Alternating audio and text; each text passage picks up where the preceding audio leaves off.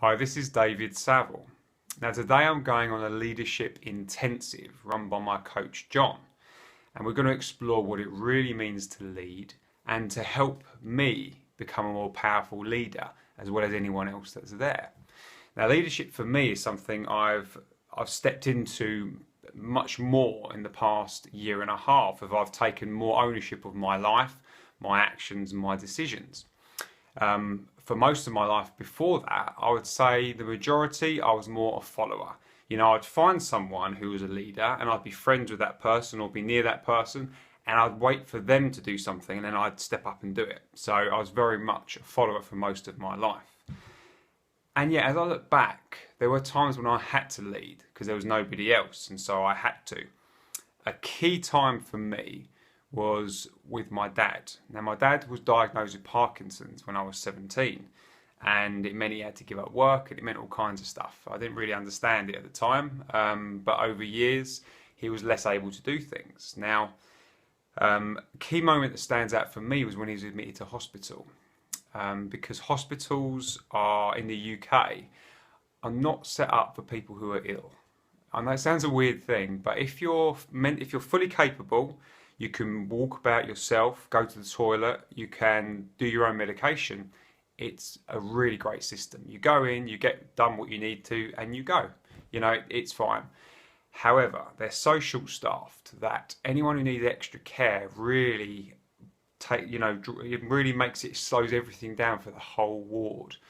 You might have 20 or 30 people in that ward, and if you've got 2 or 3 who need extra care, the whole ward suffers. It really is a problem. So when my dad went in, his Parkinson's medication had to be given at specific times to be able to keep his dopamine levels balanced so that he could do so he could move about, he could think clearly, he would be less stressed. It's very, very important. And also it had long-term effects on him each time.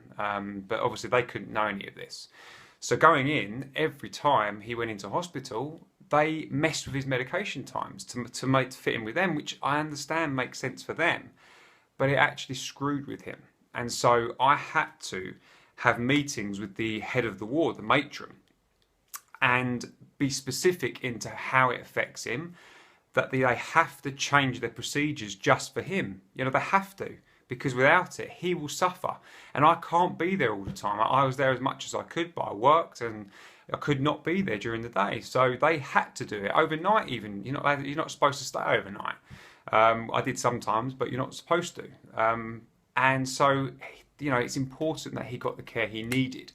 And I had to speak to the leader of their ward and negotiate and work with her to get her to give him the care that he needed. And I did that. I stepped up and I got him to do that. Often it took several meetings to get it running well. But we did that. And so that was an example of me leading, even at a time in my life when actually I felt weak and powerless most of the time because of the way I was behaving and the way I experienced life.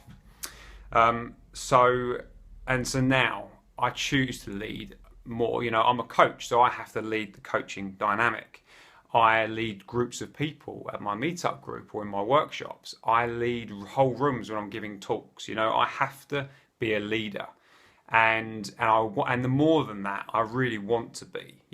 This is my life, and I want to be the author and the person who drives my life. So today's leadership intensive, I'm very excited about it. I even woke up a half hour before I needed to because my mind was just thinking about what it's going to be and what I can bring to it and what I can take from today.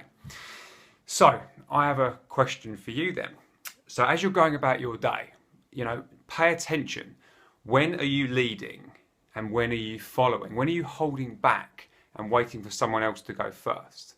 And decide, is that how you want to be? Or do you want to step up and lead? Because if you do, in every moment you have that choice. Now, if you want to become a more powerful leader yourself, you can find me at davidsaville.co.uk. You can watch the videos on there. You can read the articles. You can contact me through. You can sign up to it's not a newsletter. I don't do a newsletter, but I'll send out some useful stuff to you from time to time. That's on my website, or you can email me directly at david at davidsaville.co.uk.